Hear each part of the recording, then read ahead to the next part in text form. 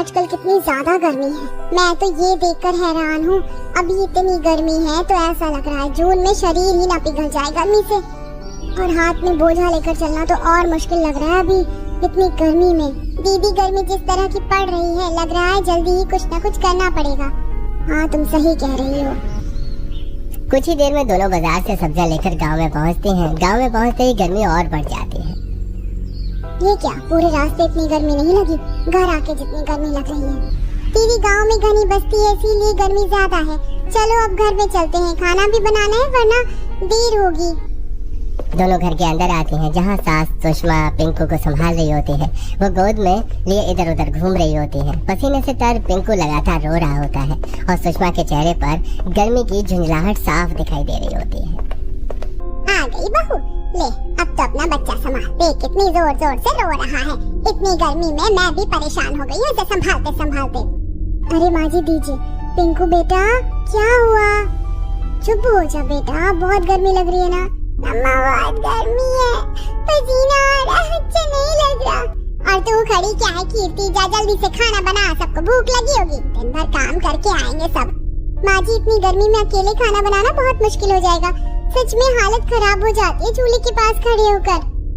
श्वेता जी आप थोड़ा साथ में मदद कर दो ना, जल्दी बन जाएगा और मुझे भी थोड़ी राहत मिल जाएगी। भाभी मुझे भी बहुत गर्मी लग रही है, ऊपर से कॉलेज का असाइनमेंट भी पूरा करना है, आज तो बिल्कुल टाइम नहीं है मेरे पास। अरे श्वेता बनवा देगी तो क्या हो जाएगा, इतने भी क्या थकान है, घर का काम है करना ही पड़ता है। माँ आप बोल रही हो तो ठीक है, लेकिन जल्दी खत्म कर लेते हैं। इसके बाद कीर्ति और श्वेता रसोई में जाती हैं। अंदर घुसते ही गर्मी का तेज झोंका लगता है। चूल्हे के पास खड़ा होना जैसे सजा बन गया हो। हाय राम, यहाँ तो बाहर से भी ज्यादा गर्मी है, लगता है आज तो जान ही निकल जाएगी। सच में ऐसा लग रहा है जैसे ओवन में खड़े हैं हम, लेकिन क्या करें, खाना तो बनाना ही पड़ेगा। दोनों जल्दी जल्दी सब्जी काटते हैं, आटा गूंथते हैं और दाल चढ़ा देते हैं। गर्मी के कारण दोनों के चेहरे लाल हो जाते हैं और कपड़े पूरी तरह से भीग जाते हैं। श्वेता थोड़ा पानी दे दो ना, गला सूख गया है। लो भाभी मैं भी पी लेती हूँ, सच में आज तो बहुत ज्यादा गर्मी है। कुछ ही देर में सब्जी और दाल बन जाते हैं और सिर्फ रोटी बनाना बाकी होता है। दोनों की हालत इतनी खराब हो चुकी होती है कि वो रसोई से बाहर आकर दरवाजे के पास बैठ जाती है। बस भाभी अब मुझसे नहीं हो रहा, थोड़ी देर आराम कर लेते हैं फिर रोटी बना लेंगे। हाँ बिल्कुल, अभी तो ऐसा लग रहा है जैसे चक्कर आ जाएगा, थोड़ी देर बाद बना लेंगे। दोनों दरवाजे पर बैठी होती हैं, तभी सामने वाले घर से पड़ोसन कमला उन्हें देख लेती है और मुस्कुराते हुए पास आ जाती है। अरे वाह क्या बात है, आज तो खाना जल्दी बन गया लगता है, तभी दोनों ननद भाभी दरवाजे पर बैठी हवा खा रही हैं। हाँ आप तो खुद तो ऐसे मजे ले रही हो और हमें ताने दे रही हो। अरे मैं तो मजाक कर रही थी, पर सच बताऊं तुम लोग भी घर में एसी लगवा लो या कम से कम कूलर ही, इतना भी क्या गरीबी करो ना, आजकल हर घर में कुछ न कुछ होता है। कमला की बात सुनकर श्वेता का चेहरा उतर जाता है, उसे बुरा लग जाता है लेकिन वो कुछ नहीं कहती। छोड़ो श्वेता, इन पड़ोसनों के मुंह मत लगा करो, बस बात बढ़ाती हैं। हाँ भाभी आप सही कह रही हो। उधर पहाड़ पर मोहन, राजीव, भवेश और प्रणव खेतों में काम कर रहे होते हैं। तेज धूप में काम करते करते सब पसीने से भीग चुके होते हैं। बस अब बहुत हो गया, आज की मेहनत यहीं खत्म करते हैं। देखो शाम भी होने लगी है। हाँ बेटा सही कह रहा है, देर हो गई तो पहाड़ से उतरना मुश्किल हो जाएगा। चलो जल्दी चलते हैं वरना घर पहुंचते पहुंचते खाना ठंडा हो जाएगा और फिर हमारी बीवियां हमें ही डांटेंगी। अच्छा है मेरी तो शादी ही नहीं हुई, न कोई डांटने वाला न कोई टेंशन। चारों हंसते हुए नीचे उतरते हैं। रास्ते में हंसी मजाक चलता रहता है, पर गर्मी इतनी होती है कि कपड़े पसीने से भीग जाते हैं। घर पहुंचते ही सब थक कर बैठ जाते हैं और तुरंत पानी मांगते हैं। अरे भाई कोई पानी दे दो, जान ही निकल गई आज तो। ये लीजिए पहले पानी पीजिए फिर नहा लीजिए, थोड़ा अच्छा लगेगा। हाँ पहले नहाना जरूरी है, बहुत चिपचिपाहट हो रही है। टंकी में पानी है ना, उसी से नहा लेते हैं। सब बारी बारी से टंकी के पानी से नहाने जाते हैं, लेकिन पानी इतना गर्म होता है कि नहाने के बाद भी उन्हें राहत नहीं मिलती। अरे ये क्या, पानी तो उबल रहा था, नहाने के बाद भी गर्मी कम नहीं हुई। सही कहा, ऐसा लग रहा है जैसे गर्म पानी से नहा लिए। थोड़ी देर बाद सब लोग खाना खाने बैठते हैं। गर्मी के कारण सबका मन भी ठीक से खाने में नहीं लगता, लेकिन भूख के कारण सब खा लेते हैं। लो सब खाना खा लो, आज बहुत मेहनत की है तुम लोगों ने। खाना खाने के बाद सब सोने की तैयारी करते हैं, लेकिन एक ही कमरे का घर होने के कारण सभी को बहुत परेशानी होती है। हे भगवान, ये कैसी गर्मी है, पंखा भी जैसे गर्म हवा दे रहा है। सच में दीदी, नींद ही नहीं आ रही है। ऐसा लग रहा है जैसे सांस ही नहीं ले पा रहे हैं। कोई खिड़की खोलता है, कोई दरवाजा, कोई हाथ से पंखा झलता है, लेकिन गर्मी कम होने का नाम ही नहीं लेती। हाँ कुछ करो ना, बहुत गर्मी लग रही है। मैं तो सो ही नहीं पा रही। क्या करूँ बेटी, ये गर्मी ही ऐसी है, सहना तो पड़ेगा। पूरी रात घर में किसी को भी ठीक से नींद नहीं आती। एक ही कमरे में इतने लोग, ऊपर से तेज गर्मी, सबकी हालत खराब हो चुकी होती है। कोई इधर करवट लेता है, कोई उधर, कोई हाथ से पंखा झलता है, तो कोई दरवाजे के पास बैठ जाता है। हे भगवान, ये कैसी रात थी। 1 मिनट भी चैन की नींद नहीं आई। लगता है जैसे पूरी रात जागते ही निकाल दी। सच में दीदी, ऐसा लग रहा है जैसे शरीर में बिल्कुल ताकत ही नहीं बची। इतनी गर्मी में नींद आना भी मुश्किल हो गया है। मुझे तो लग रहा है मैं बीमार ही पड़ जाऊंगी। ये गर्मी अब बर्दाश्त के बाहर हो गई है। क्या करें बेटा, प्रकृति के आगे किसका बस चला है, सहना तो पड़ेगा। रात के लगभग 4 बजे जब हल्की हल्की ठंडी हवा चलने लगती है, तब जाकर सबकी आंख लगती है, लेकिन वो भी सिर्फ कुछ घंटों के लिए। सुबह होते होते फिर वही तपती धूप और उमस घर में भर जाती है। दोपहर तक हालत और भी खराब हो जाते हैं। बहुएं काम करते करते पूरी तरह थक जाती हैं। दीदी, अब तो सच में बर्दाश्त नहीं हो रहा है। मुझे थोड़ी देर के लिए बाहर जाना है, शायद हवा लग जाए तो थोड़ा अच्छा लगे। हाँ जाओ, कमला आंटी के घर चली जाओ, वहाँ थोड़ा खुला माहौल है, शायद राहत मिल जाए। कीर्ति धीरे धीरे चलकर पड़ोसन कमला के घर पहुँचती है। उसे उम्मीद होती है कि वहाँ जाकर उसे थोड़ा सुकून मिलेगा। अरे कीर्ति, आज हमारे घर कैसे आना हुआ? इतनी गर्मी में घूमने निकली हो? बस आंटी, घर में बहुत गर्मी हो रही थी, सोचा थोड़ी देर यहाँ बैठ जाऊँ तो शायद अच्छा लगे।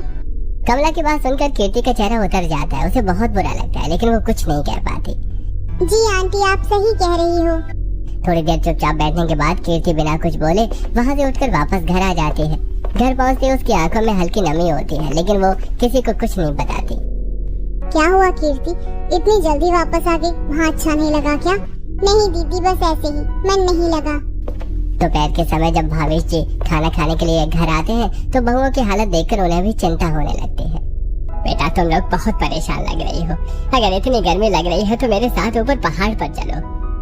वहाँ खेतों में पेड़ है, हवा चलती है। वहाँ इतनी गर्मी नहीं है, वहाँ इसका आधा भी नहीं लगेगा। सच में पापा जी, वहाँ थोड़ा ठंडा रहता है क्या? हाँ बेटा, बहुत फर्क है। चलो, आज तुम लोग भी साथ चलो। हाँ दीदी चलो ना। वैसे भी पापा जी लोग रोज अकेले ही मेहनत करते हैं, हम भी थोड़ी मदद कर देंगे। हाँ चलो, सब चलते हैं। घर में बैठे बैठे तो और गर्मी लगती है। इसके बाद बहुएं सास और श्वेता सभी भावेश जी के साथ पहाड़ की तरफ निकल पड़ते हैं। चढ़ाई करना आसान नहीं होता। गर्मी और थकान दोनों मिलकर उन्हें और भी परेशान कर देते हैं। अरे, ये पहाड़ चढ़ना भी कोई आसान काम है क्या? मेरी तो सांस ही फूल गई। बस थोड़ा और, फिर हम ऊपर पहुँच जाएंगे। जैसे ही सब लोग ऊपर पहुंचते हैं, ठंडी हवा का झोंका होने लगता है और सबके चेहरे पर अचानक सुकून आ जाता है। अरे वाह, यहाँ तो सच में बिल्कुल ठंडा लग रहा है, जैसे किसी और ही जगह आ गए हो। हाँ दीदी, यहाँ तो गर्मी का नाम ही नहीं है। कितना अच्छा लग रहा है। देखा, मैंने कहा था ना, यहाँ का माहौल अलग ही है। पेड़ों की छांव, ठंडी हवाएं और खुला वातावरण सब मिलकर एक अलग ही सुकून देते हैं। बहुएं धीरे धीरे खेतों में काम भी करने लगती हैं। यहाँ काम करना भी कितना आसान लग रहा है। नीचे घर में तो सांस लेना भी मुश्किल हो जाता है। सच में अगर हो सके तो मैं तो यहीं रह जाऊं। धीरे धीरे पूरी दोपहर कब बीत जाती है किसी को पता ही नहीं चलता। शाम होते ही सब नीचे गांव लौटने लगते हैं, लेकिन जैसे ही नीचे आते हैं फिर वही गर्मी उनका स्वागत करती है। उफ, नीचे आते ही फिर वही गर्मी। ऊपर ही अच्छा था। हाँ सच में, ऊपर कितना सुकून था। कुछ दिन यही चलता रहता है। गर्मी भी बढ़ती है और पड़ोसियों के ताने भी। एक दिन अचानक सुषमा की नंद यानी भावेश जी की बहन बुआ जी उनके घर रहने आ जाती हैं। अरे सुषमा, ये कैसा घर है?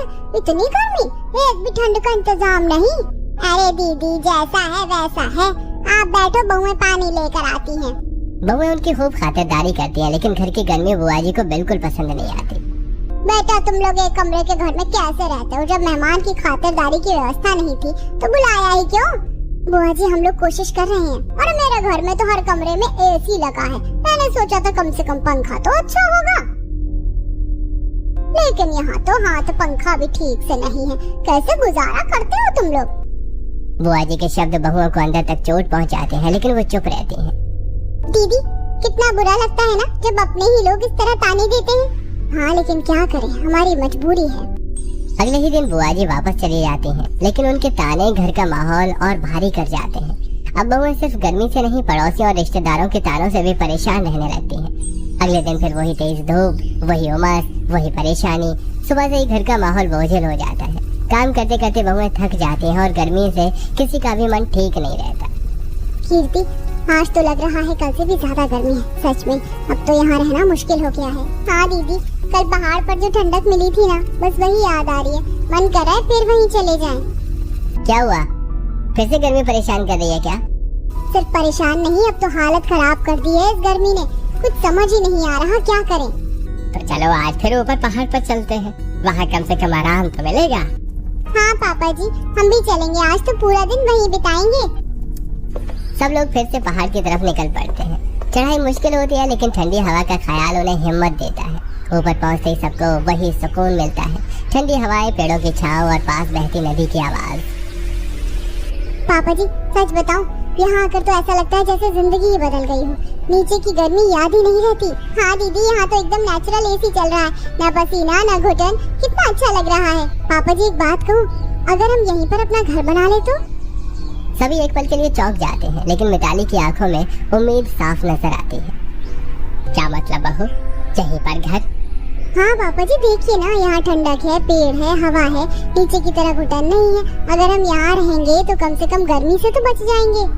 और पापा जी, यहाँ तो हमारा अपना खेत भी है, जगह की कोई कमी नहीं है। हम कहीं भी छोटा सा घर बना सकते हैं। हाँ बहू, बात तो तुम्हारी बिल्कुल सही है। यहाँ तो नदी भी पास में है, गुफा भी है, इतने सारे पेड़ हैं, इसलिए यहाँ ठंडक बनी रहती है। और सबसे बड़ी बात, ये हमारी अपनी जमीन है, किसी से पूछने की भी जरूरत नहीं है। तो फिर देर किस बात की? अगर सब तैयार है तो हम यहीं घर बनाएंगे। अगर इससे तुम लोगों को आराम मिलेगा तो मुझे भी कोई आपत्ति नहीं है। सभी के चेहरों पर एक नई उम्मीद आ जाती है, जैसे उन्हें अपनी परेशानी का हल मिल गया हो। अगले ही दिन से बहुएं पहाड़ पर शिफ्ट होने की तैयारी शुरू कर देती हैं। घर का सामान धीरे धीरे बांधा जाने लगता है। पड़ोस की औरतें ये सब देखकर ताने मारने लगती हैं। अरे वाह, ये क्या हो रहा है? घर छोड़कर भागने की तैयारी हो रही है क्या? एक कूलर तो लिया नहीं जाता, चले पहाड़ पर रहने।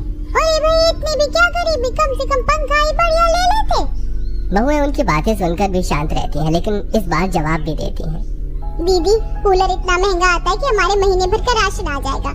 और जहाँ तक पहाड़ पर रहने की बात है, वहाँ सब कुछ नेचुरल है, हवा, पानी, ठंडक। हमें किसी मशीन की जरूरत ही नहीं पड़ेगी। अच्छा, देखेंगे कितने दिन टिकते हो वहाँ।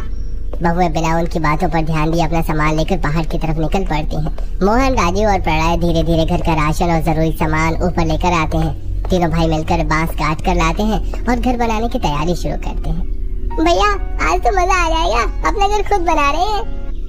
हाँ, और वो भी ऐसा जो घर हमें गर्मी से बचाएगा। उधर मिताली, कीर्ति और श्वेता नदी के पास जाते हैं और गीली मिट्टी और बालू वाली मिट्टी लेकर आते हैं। दीदी, ये मिट्टी कितनी अच्छी है, इससे दीवार मजबूत बनेगी। हाँ, इसे अच्छे से मिलाते हैं, फिर बांस के साथ